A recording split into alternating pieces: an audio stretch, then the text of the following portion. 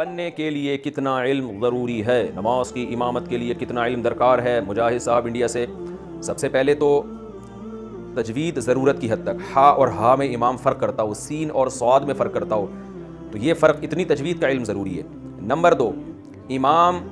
کو موٹے موٹے سجدہ سہو کے مسائل آتے ہوں، طہارت کے مسائل آتے ہوں۔ بعض دفعہ امام کو پتہ ہی نہیں وضو کب ٹوٹتا ہے، اور وضو اور غسل کے فرائض ہی نہیں پتہ ہوتے، بعض دفعہ اتنی جہالت ہوتی ہے تو سب کی نمازیں خراب کرے گا ایسا امام۔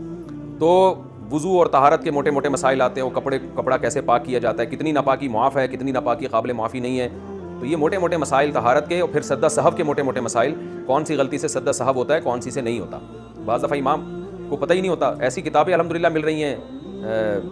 جن میں سجدہ سہو کے مسائل آسان کر کے لکھے گئے ہیں، تو وہ کتابیں امام کو پڑھ لینی چاہیے ایک دفعہ۔ اکثر امام کیا کرتے ہیں کہ فرض کی تیسری اور چوتھی رکعت میں سورہ فاتحہ کے بعد غلطی سے قرات کر لیتے ہیں تو پھر سجدہ سہو کرتے ہیں، حالانکہ فرض کی تیسری اور چوتھی رکعت میں اگر سورہ فاتحہ کے بعد تلاوت کر بھی لی تو سجدہ سہو واجب نہیں ہوتا اس سے۔ بعض دفعہ امام یہ کرتے ہیں